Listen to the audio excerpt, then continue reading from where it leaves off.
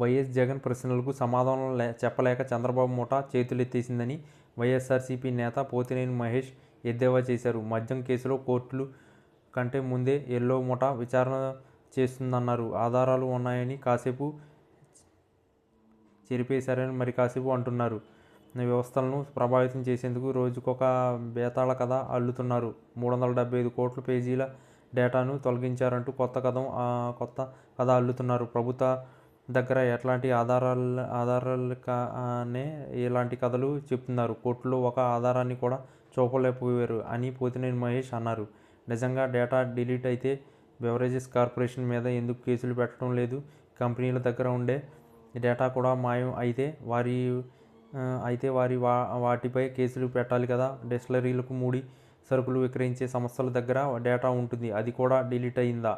చంద్రబాబు సమాధానం చెప్పాలి. మద్యం విక్రయాలని క్యూఆర్ కోడ్ ద్వారానే జరిగింది. అయినప్పటికీ అక్రమాలు అంటూ రోజుకొక కట్టుకథ అల్లుతున్నారు. జగన్ హయాంలో ఎలాంటి స్కామ్ జరగలేదని చాలా స్పష్టంగా తెలుస్తూనే ఉంది. అయినప్పటికీ తప్పుడు వాంగ్మూలాలతో అరెస్టులు చేస్తున్నారు అని పోతినేని మహేష్ ఆగ్రహం వ్యక్తం చేశారు.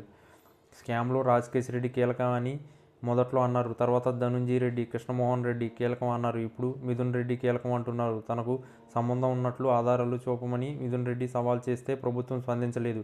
మిథున్ రెడ్డి కంపెనీల్లోకి 5 కోట్లు వచ్చాయని తప్పుడు కథనాలను ఎల్లో మీడియా రాసింది. మిథున్ రెడ్డి బెయిల్ పిటిషన్ కోర్టులో రాబోతుందని ఆయనపై తప్పుడు వార్తలు రాస్తున్నారు. కోర్టులు కంటే ముందే ఎల్లో మీడియా ట్రయల్ నిర్వహిస్తుంది. సజ్జల రామకృష్ణారెడ్డి కుటుంబం 30 ఏళ్ల క్రితమే భూములు కొన్నది. ఈ 30 ఏళ్లలో 15 ఏళ్లు చంద్రబాబే సీఎంగా ఉన్నారు. మరి 15 ఏళ్లలో కనపడని అక్రమాలు ఇప్పుడేం కనపడుతున్నాయి అంటూ పోతినేని మహేష్ ప్రశ్నించారు. ఎల్లో మీడియా వార్తలు రాయడం, వెంటనే ప్రభుత్వం ఓవర్ యాక్షన్ చేయడం పరిపాటి అయ్యింది.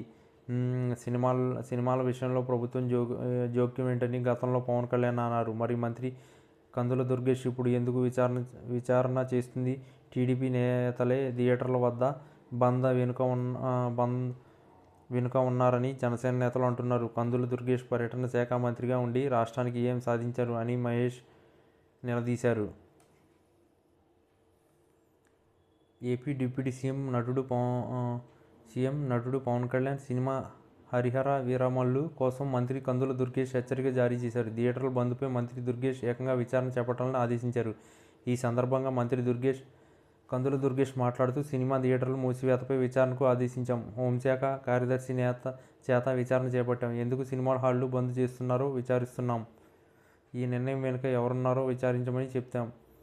జూన్ 12న పవన్ కళ్యాణ్ సినిమా విడుదల అవుతుంది. ఈ సందర్భంలో ఎందుకు థియేటర్లు మూసేస్తున్నారు? ఎవరితో చర్చించి థియేటర్ల బంద్కు పిలుపునిచ్చారు?